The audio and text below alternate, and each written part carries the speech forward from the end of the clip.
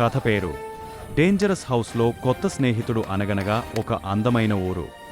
ఆ ఊరి చివర ఒక పాతబడిన పెద్ద ఇల్లు ఉండేది. అసలు ఆ ఇంట్లో ఏముంది, ఎందుకు అందరూ భయపడుతున్నారు అని తెలుసుకోవాలనుకుంది. ఒకరోజు సాయంత్రం రాముకుక్క బంటికోతి ఆడుకుంటున్నప్పుడు బుజ్జి ఎలుక ఎవరికీ చెప్పకుండా మెల్లగా ఆ డేంజరస్ హౌస్ లోపలికి దూరింది. లోపలంతా చిమ్మ చీకటిగా నిశ్శబ్దంగా ఉంది. బుజ్జి భయపడుతూనే ముందుకు సాగింది. అంతలో ఒక మూల నుండి 2 మెరుస్తున్న కళ్ళు కనిపించాయి.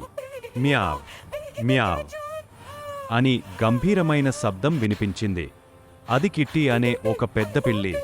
కిట్టీని చూడగానే బుజ్జి ఎలుక భయంతో వణికిపోయింది. నన్ను చంపొద్దు ప్లీజ్ అని వేడుకుంది. ఇంతలో బుజ్జి కనిపించకపోవడంతో వెతుక్కుంటూ వచ్చిన రాముకుక్క బంటికోతి కూడా లోపలికి వచ్చారు.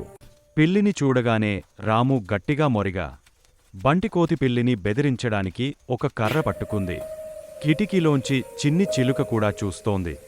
అప్పుడు కిటీ పిల్లి విచారంగా ముఖం పెట్టి ఇలా అంది, అయ్యో ఆగండి, నన్ను కొట్టకండి, నేను ఎవరికీ హాని చేయను. ఈ పాడుబడిన ఇంట్లో నేను ఒంటరిగా ఉంటున్నాను. నిజంగానా?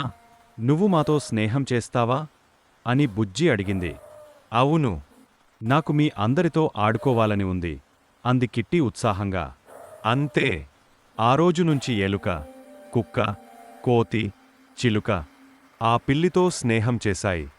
5గురు కలిసి ప్రతిరోజూ ఆ ఇంట్లోనే ఆడుకునేవారు. ఆనాటి నుండి ఆ డేంజరస్ హౌస్ కాస్త వాళ్లందరికీ ఇష్టమైన ఫ్రెండ్షిప్ హౌస్, స్నేహాల ఇల్లుగా మారిపోయింది. నీతి: ఎవరిని చూసి ముందే భయపడకూడదు, దూరం చేసుకోకూడదు.